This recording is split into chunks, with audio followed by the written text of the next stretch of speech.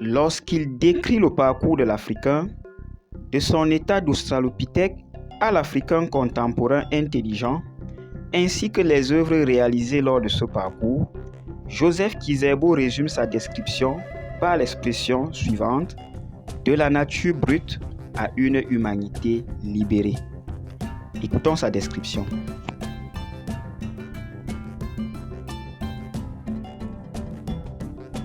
De la nature brute à une humanité libérée. Les chapitres du premier tome de Histoire générale de l'Afrique, édité par l'UNESCO, démontrent amplement le rôle majeur qu'a joué l'Afrique à l'aube des temps humains. Aujourd'hui placée à la périphérie du monde techniquement développé, l'Afrique et l'Asie ont occupé les devants de la scène du progrès durant les premiers 15 000 siècles de l'histoire du monde, depuis l'Australopithèque et le Pithécanthrope. Dans l'état actuel de nos connaissances, l'Afrique a été le théâtre principal de l'émergence de l'homme en tant qu'espèce royale sur la planète, ainsi que de l'émergence d'une société politique.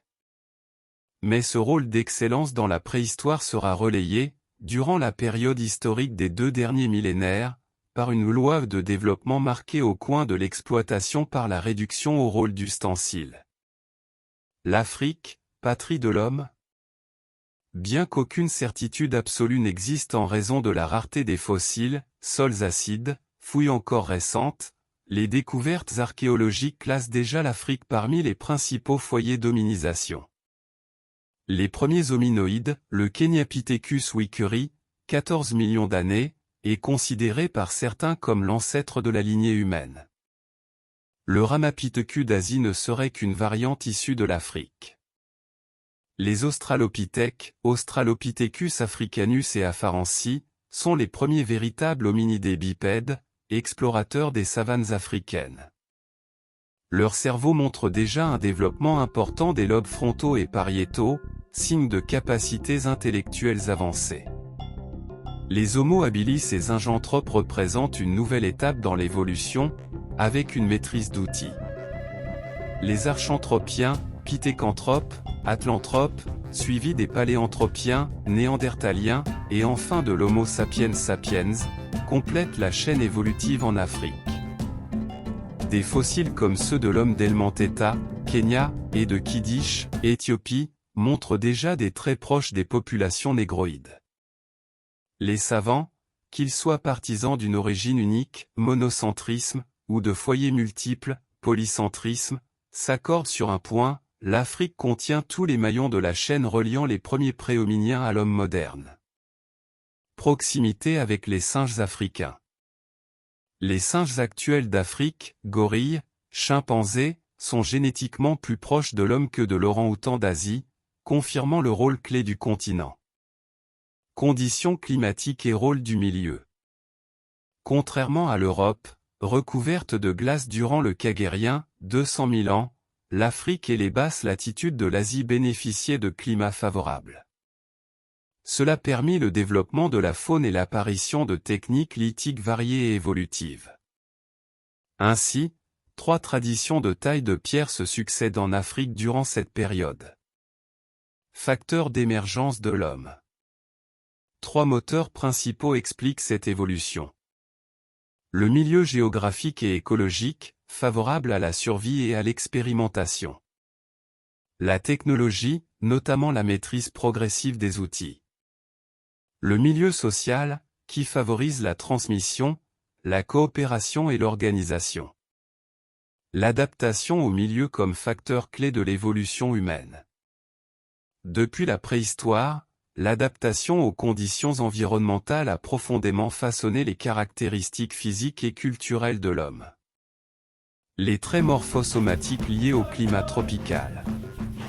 La peau glabre et pigmentée, brune, cuivrée ou noire, est adaptée à l'ensoleillement grâce à la mélanine qui protège des rayons solaires. La richesse en glandes sudoripares permet une meilleure régulation thermique. Les narines larges et les lèvres épaisses facilitent l'adaptation au climat chaud. Les cheveux crépus, frisés ou bouclés protègent la tête de la chaleur. Tous ces traits sont liés aux contraintes des zones tropicales africaines. La station de boue et son lien avec l'environnement. Pour certains préhistoriens, la bipédie découle d'une adaptation aux savanes à hautes herbes d'Afrique de l'Est, se redresser permettait de repérer proies et prédateurs. D'autres chercheurs, comme Alistair Hardy et Helen Morgan, défendent l'hypothèse aquatique, la station debout aurait été favorisée par la nécessité de garder la tête hors de l'eau. Des traits humains, couches de graisse sous-cutanée, organes sexuels spécifiques, capacité à pleurer, seraient des vestiges de cette adaptation au milieu aquatique. L'hérédité et la transmission. Toutes ces adaptations biologiques se sont fixées au fil du temps par l'hérédité, devenant des caractéristiques permanentes des populations humaines. Influence sur les premiers outils. L'environnement a également déterminé le style des outils préhistoriques. Selon Gabel, les outils de type capsien, lame, burin, grattoir, seraient nés de l'adaptation au matériau local, l'obsidienne, particulièrement favorable à la taille. L'adaptation au milieu naturel a joué un rôle fondamental dans l'évolution humaine, influençant aussi bien les caractéristiques physiques, peau, cheveux, morphologie, que les comportements, bipédie, mode de vie aquatique possibles, et les productions techniques, notamment l'outillage.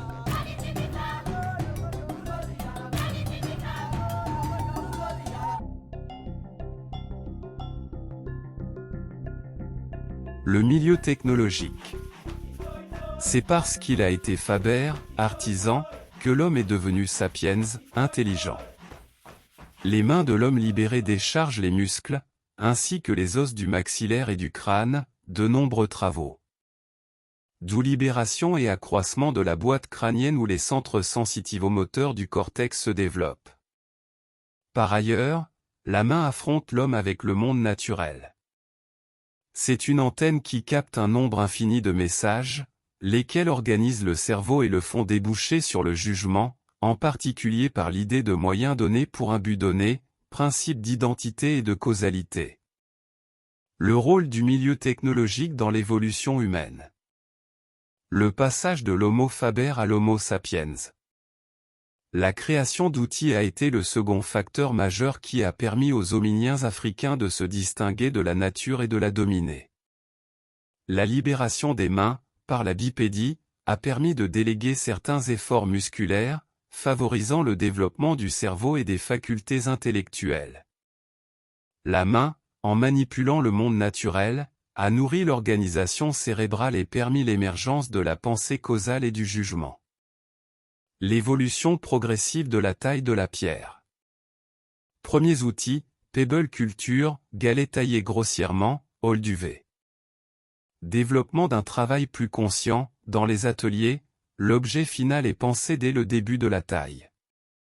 Progrès des techniques, percussion dure, galet contre galet, percussion tendre, bois, os, percussion indirecte, avec ciseaux, pression pour les finitions, microlithes.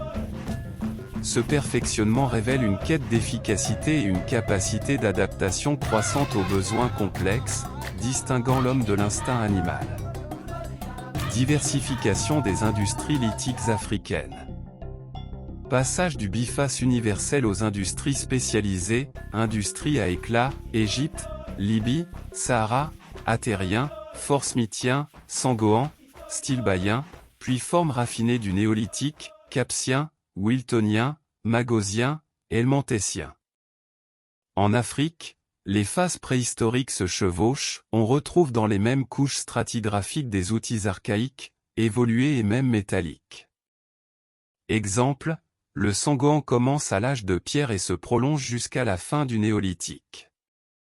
L'évolution technologique africaine est donc une succession de vagues d'inventions, s'inscrivant dans une progression globale vers l'Antiquité.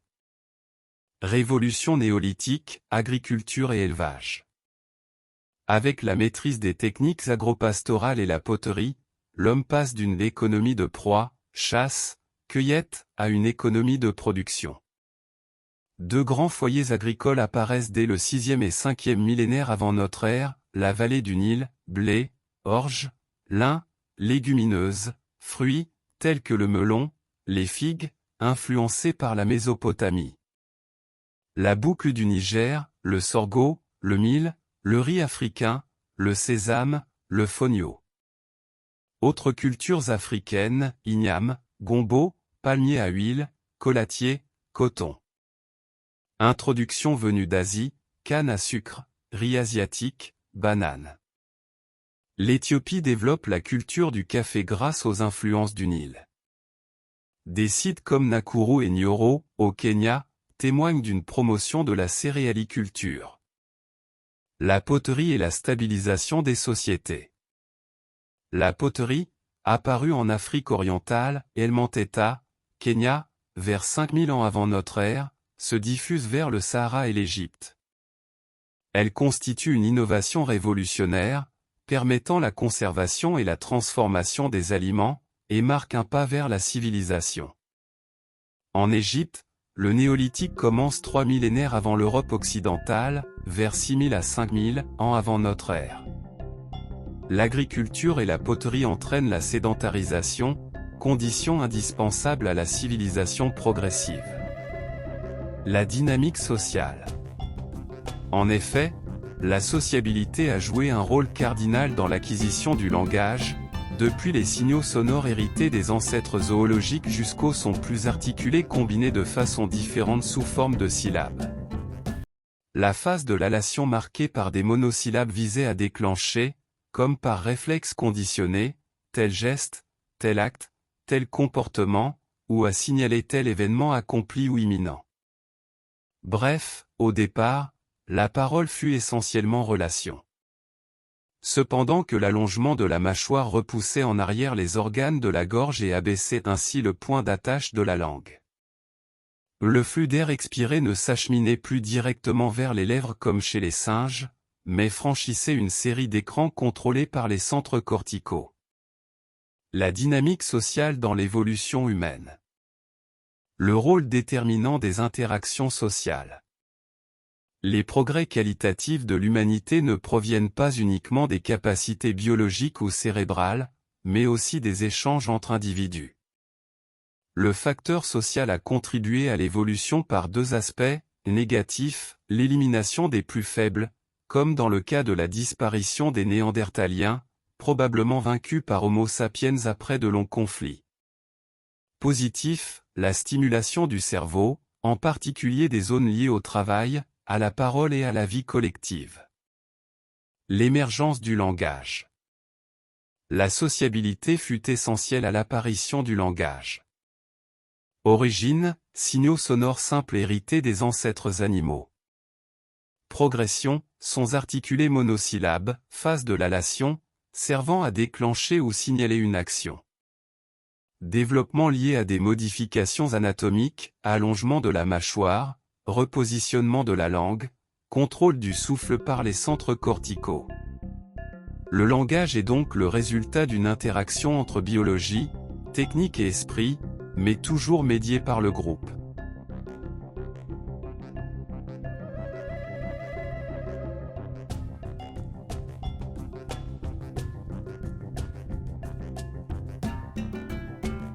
La parole comme facteur de progrès. Sans interlocuteur, l'homme serait resté muet, la parole est inséparable de la vie sociale.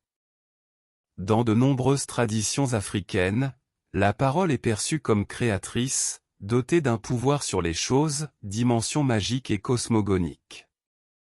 La parole est aussi un vecteur de transmission, elle assure la conservation et la diffusion des savoirs, tradition orale, héritage des oreilles, elle permet la capitalisation des connaissances qui différencient l'homme de l'instinct animal. Enfin, la parole inaugure la naissance de l'autorité sociale, elle fonde le leadership et le pouvoir au sein des groupes humains. La dynamique sociale a été un moteur essentiel de l'hominisation. Elle a favorisé l'élimination sélective mais surtout l'acquisition du langage, né de la sociabilité et rendu possible par des évolutions anatomiques. La parole, considérée comme créatrice et vectrice de savoir, a hissé l'homme au-dessus de l'instinct, permettant le progrès, la tradition et l'émergence de l'autorité et du pouvoir social. Émergence des sociétés politiques. Les techniques comme moteur d'organisation sociale. Dès la préhistoire, les préhominiens se regroupent en bandes et équipes pour survivre, chasse, pêche, défense, repos. L'habitat devient un cadre communautaire, vestige de cases dans la vallée de l'Omo, village néolithique fortifié de Tichitualata. La chasse et la pêche exigent une coopération organisée, traque collective, piège, transport du gibier, introduisant une division du travail. Au néolithique, diversification des activités, agriculture, élevage, artisanat, pierre, bois, os, puis métallurgie. Cela entraîne une spécialisation professionnelle et une organisation sociale plus complexe. Les rapports sociaux et la hiérarchie. Les surplus de production permettent à certains individus de se dégager des tâches matérielles pour assurer des services. Apparition d'une hiérarchie sociale embryonnaire et de groupes distincts. Les populations africaines connaissent une différenciation ethnique, ancienne souche, Khoisan, Pygmée. Plus tard, Soudanais, Bantous, exemple. Hommes d'Aslar au Mali. Métissage aux marges, Peuls, Éthiopiens, Somaliens, Nilotes, parfois regroupés sous l'étiquette contestée de race hamite. Certaines théories évoquent des migrations anciennes de populations négroïdes, aurignaciens, capsiens. L'art comme reflet social et spirituel. L'art préhistorique africain est le plus riche du monde ancien, peinture, gravure, sculpture, Sahara, Afrique australe, Égypte, Atlas.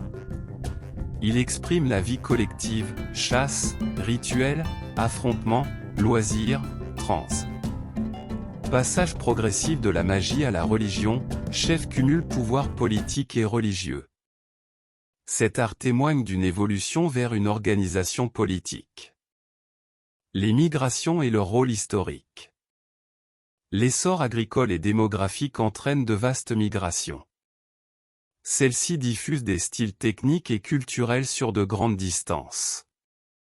Les mouvements se succèdent, d'abord à partir de l'est-nord-est, Bantou, vers l'ouest et le nord.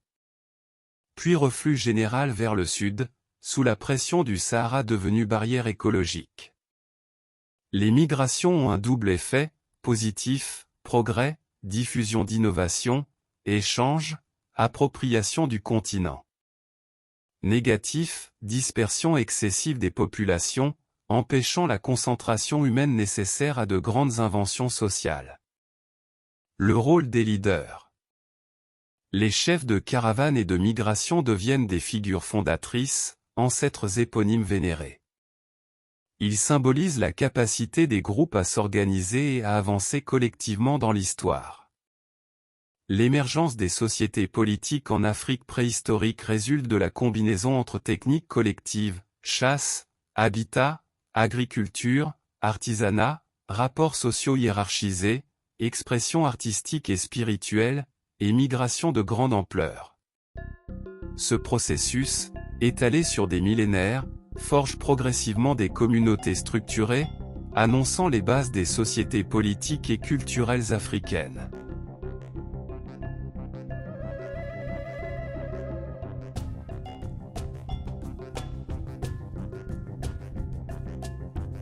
Permanence des communautés originelles. Lorsque l'on parle de l'histoire de l'Afrique, il est essentiel de commencer par le temps long, par ce que l'on peut appeler le mouvement historique profond des sociétés africaines. Dès la préhistoire, l'homme africain s'arrache progressivement à la nature. Il ne vit plus seulement pour survivre, mais commence à s'organiser, à entrer dans le collectif humain. De cette période naissent des communautés originelles, issues de la préhistoire, qui vont perdurer extraordinairement longtemps. Dans certaines régions, elles subsistent jusqu'à l'an 1000, et parfois même jusqu'au XIXe et XXe siècle. Certaines techniques, comme la chasse pratiquée par les Pygmées, rappellent encore des pratiques préhistoriques.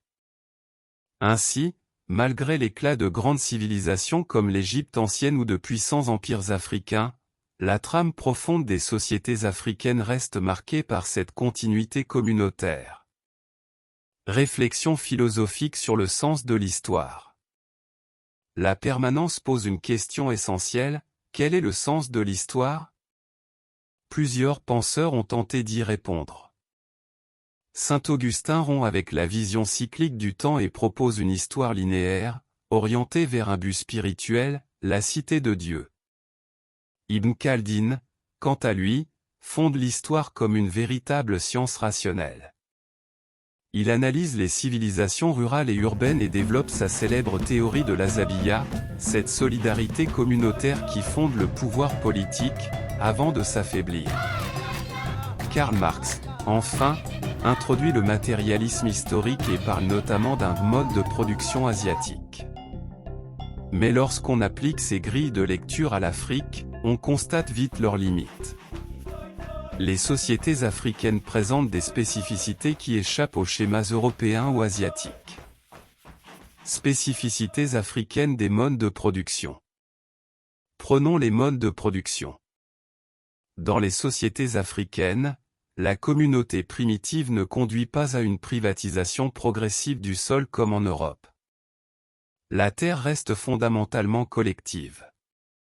Contrairement aux modes de production asiatiques, l'État africain n'est généralement pas propriétaire du sol, ne s'appuie pas sur de grands travaux hydrauliques systématiques, et son pouvoir est tempéré par les coutumes et les structures sociales, comme on le voit dans les empires du Mali ou chez les Ashantis. Le surplus économique y est modeste. Il existe surtout dans des secteurs contrôlés par l'État, comme l'or, l'ivoire ou le sel, et il est souvent redistribué lors de fêtes et de cérémonies. L'esclavage, contrairement aux idées reçues, joue un rôle marginal. Les captifs sont intégrés à la communauté et fréquemment affranchis. Là où l'esclavage devient massif, comme au Dahomey ou à Zanzibar, il est largement lié à l'impact du capitalisme extérieur et du commerce atlantique. Le féodalisme, au sens européen, n'est pas applicable. Même après une conquête, le chef de terre conserve son autorité foncière. Enfin, les structures familiales, notamment le matrilignage, jouent un rôle central, influençant la succession royale, l'économie et la spiritualité, et donnant à la femme une place déterminante. Facteur de stagnation et de dépendance. Cependant, cette organisation originale connaît aussi des limites. Le faible développement technique, la dispersion démographique et les obstacles naturels freinent l'essor productif et la formation d'États fortement centralisés. Le commerce à longue distance existe, mais il reste limité et concerne surtout des produits de luxe. À cela s'ajoutent des exploitations extérieures successives. Dans l'Antiquité, Rome puise ressources, esclaves et animaux. Au XVIe siècle, la traite négrière saigne le continent. Au XIXe siècle, la colonisation intègre de force l'Afrique au capitalisme mondial. Ces ponctions enrichissent l'Europe sans offrir de véritable contrepartie à l'Afrique. Permanence d'un mode africain sui generis. Malgré tout, il existe une permanence d'un mode africain sui generis.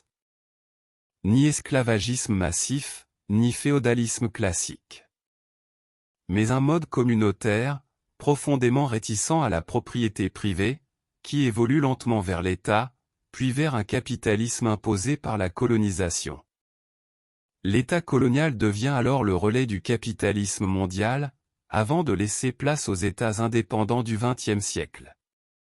La question reste donc ouverte.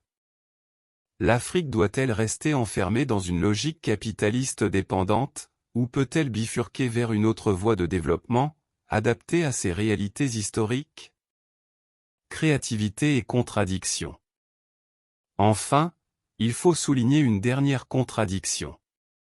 Si les forces productives ont souvent stagné, l'Afrique a connu un immense épanouissement artistique, une richesse culturelle et un raffinement remarquable des relations sociales. Elle demeure marquée par un mode de sous-production, né à la fois de contraintes internes et d'exploitations externes. Mais depuis l'Homo habilis jusqu'à aujourd'hui, une même lutte traverse l'histoire africaine. D'abord la lutte contre la nature. puis la lutte contre la domination de l'homme par l'homme. C'est cette continuité, cette originalité et cette quête permanente de libération qui donnent à l'histoire de l'Afrique toute sa profondeur et toute son importance.